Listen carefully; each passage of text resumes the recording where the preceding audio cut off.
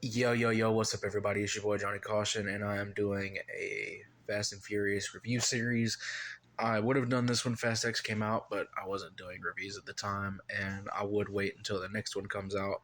But I just recently got the itch to go back and watch a couple of these, and now I want to talk about them. So we'll start with the first one, the Fast and the Furious. This movie is, of course, a cult classic in the street racing scene and the movie scene. It is a classic at this point.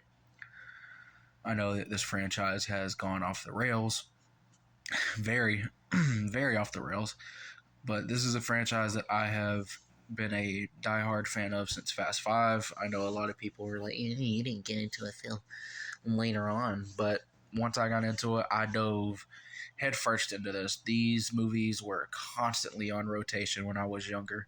Fast Five is in my top five movies of all time, and the rest of these, other than F9, I can pretty much enjoy all the way through.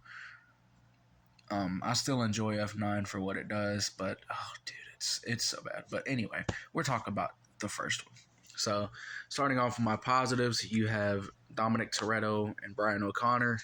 You have this undercover cop, and I know that also to preface, I know a lot of people say that this is a Point Break ripoff, which I've never seen Point Break, so I can't say anything about that. I'll watch it at some point and maybe do a review on it, and maybe I'll see what everyone is talking about.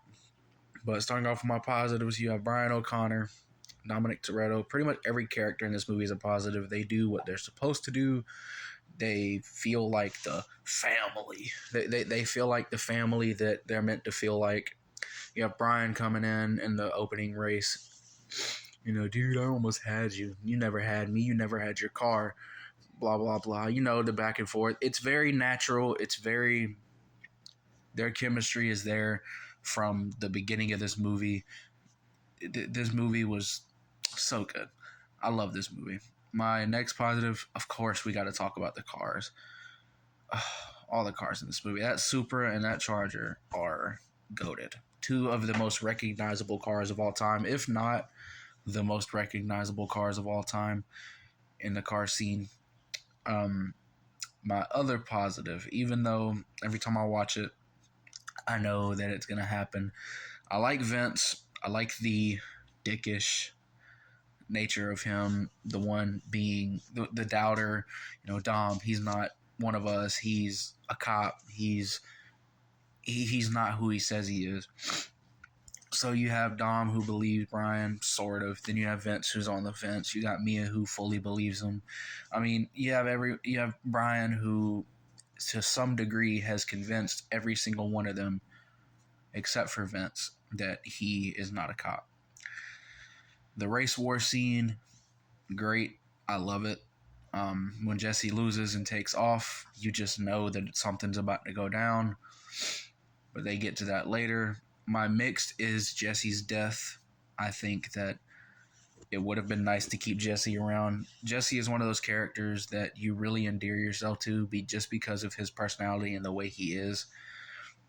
And it makes you like him. My only real negative to this movie, and it's still kind of cool to see, but it's kind of stupid to me. It's these little nitrous effects that they have in, I think the first two. I think it's just the first two movies.